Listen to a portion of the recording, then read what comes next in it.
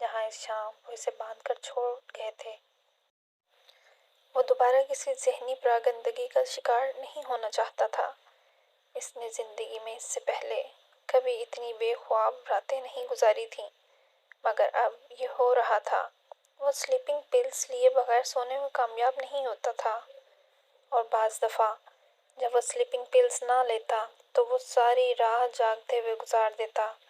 اس نے new heaven میں بھی ایسے ہی چند ہفتے گزارے تھے، اتنی ہی تکلیف اور اذیت ناک، مگر تب صرف الجھن اور اضطراب تھا یا کسی حد تک پچھتاوا۔ مگر اب وہ ایک تیسری کیفیت سے گزر رہا تھا، خوف سے۔ وہ اندازہ نہیں کر پا رہا تھا کہ اس رات اسے کس چیز سے زیادہ خوف آیا تھا، موت سے، قبر سے، یا پھر دوزخ سے۔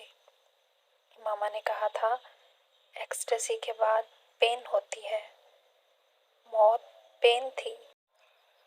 اس نے کہا تھا پین کے بعد نتھنگنیس ہوگی، قبر نتھنگنیس تھی۔ ماما نے کہا تھا نتھنگنیس کے بعد ہیل آ جائے گا۔ وہ وہاں تک پہنچنا نہیں چاہتا تھا، وہ اس ایکسٹیسی سے بچنا چاہتا تھا جو اسے پین سے ہیل کا سفر کرنے پر مجبور کر دیتی۔ اگر مجھے ان سب چیزوں کا پتہ نہیں تھا تو امامہ کو کیسے پتہ تھا؟ وہ میری ہی عمر کی ہے، وہ میرے جیسے خاندان سے تعلق رکھتی ہے، پھر اس کے پاس ان سوالوں کے جوابات کیسے آ گئے؟ وہ حیران ہوتے ہوئے سوچنے لگا، آسائشیں تو اس کے پاس بھی ویسی ہی تھیں جیسی میرے پاس تھیں، پھر اس میں اور مجھ میں کیا فرق تھا؟ وہ جس مکتبہ فکر سے تعلق رکھتی تھی وہ کون ہوتے ہیں، اور وہ کیوں اس مکتبہ فکر سے منسلک رہنا نہیں چاہتی؟ اس نے پہلی بار اس کے بارے میں تفصیلی طور پر پڑھا۔ اس کے الجھنوں میں اضافہ ہوا۔ ختم نبوت پر کیا اتنا اہم ایشو ہے کہ ایک لڑکی اس طرح اپنا گھر چھوڑ کر چلی جائے؟ میں نے اسجد سے اس لیے شادی نہیں کی کیونکہ وہ ختم نبوت پر یقین نہیں رکھتا۔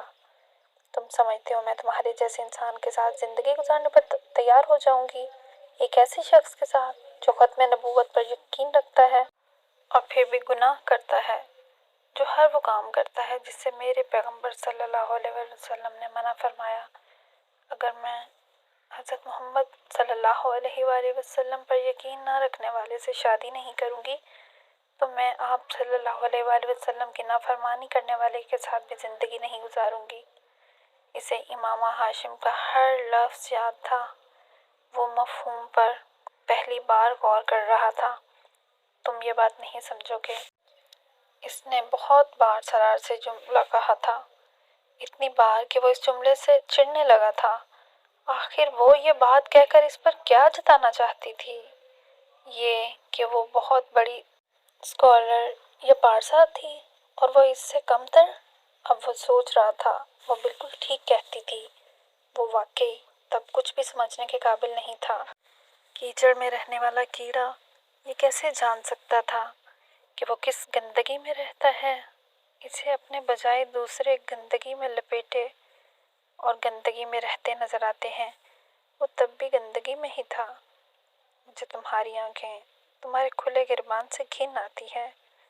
اسے پہلی بار اب ان دونوں چیزوں سے گھن آئی۔ آئینے کے سامنے رکھے ہوئے یہ جملہ کسی بز ورڈ کی طرح اسے لگا، اور یہ جملہ کئی ماہ تک اس کے کانوں میں گونجتا رہا۔ ہر بار اسے ذہن سے جھٹکتا، کچھ مشتعل ہو جاتا، اپنے کام میں مصروف ہو جاتا، مگر اب پہلی بار اس نے محسوس کیا تھا کہ اسے خود بھی اپنے آپ سے گھن آنے لگی تھی۔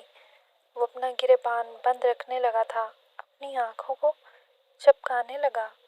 وہ آئینے میں بھی خود اپنی آنکھوں میں دیکھنے سے کترانے لگا تھا۔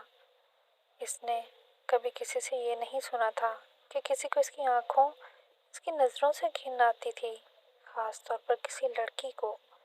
یہ اس کی آنکھیں نہیں، ان آنکھوں میں جھانکنے والا تاثر تھا جس سے امامہ ہاشم کو گھن آتی تھی، اور امامہ ہاشم سے پہلے کسی لڑکی نے اس تاثر کو شناخت نہیں کیا تھا۔ وہ آنکھوں میں آنکھیں ڈال کر بات کرنے والی لڑکیوں کی کمپنی میں رہتا تھا، اور وہ ایسی ہی لڑکیوں کو پسند کرتا۔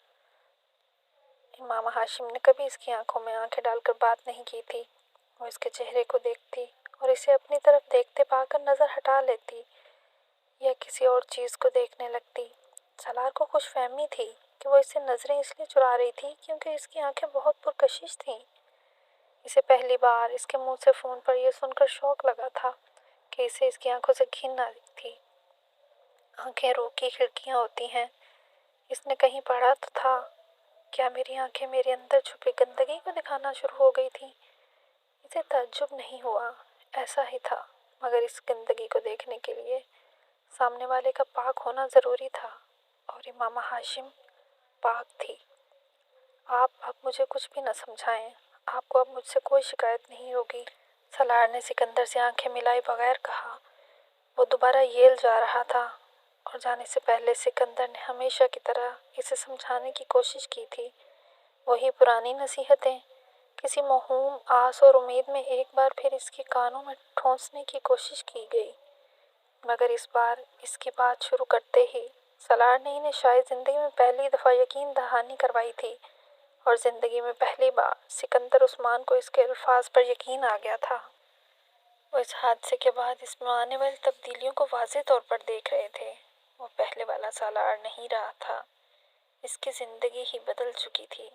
اس کا حلیہ، اس کا انداز، سب کچھ اس کے اندر کے شعلے کو جیسے کسی نے پھونک مار کر بجھا دیا تھا۔ صحیح ہوا تھا یا غلط؟ یہ تبدیلیاں اچھی تھیں یا بری؟ خود سکندر عثمان بھی اس پر کوئی رائے دینے کے قابل نہیں ہوئے تھے، مگر انہیں یہ ضرور معلوم تھا کہ اس میں کوئی بہت بڑی تبدیلی آئی تھی۔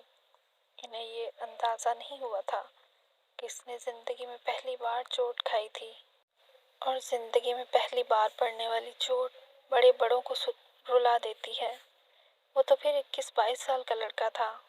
زندگی میں بعض دفعہ ہمیں پتہ نہیں چلتا کہ ہم تاریکی سے باہر آئے ہیں یا تاریکی میں داخل ہوئے ہیں۔ اندھیرے میں سمت کا پتہ ہی نہیں چلتا، مگر آسمان اور زمین کا پتہ ضرور چل جاتا ہے، بلکہ ہر حال میں چلتا ہے۔